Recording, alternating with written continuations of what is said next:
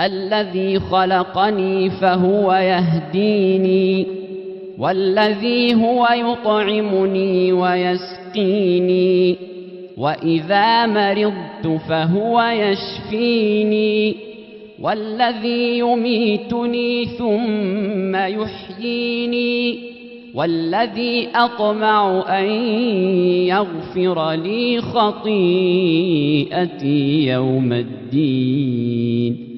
رب هب لي حكما وألحقني بالصالحين، واجعل لي لسان صدق في الآخرين، واجعلني من ورثة جنة النعيم. واغفر لأبي إنه كان من الضالين.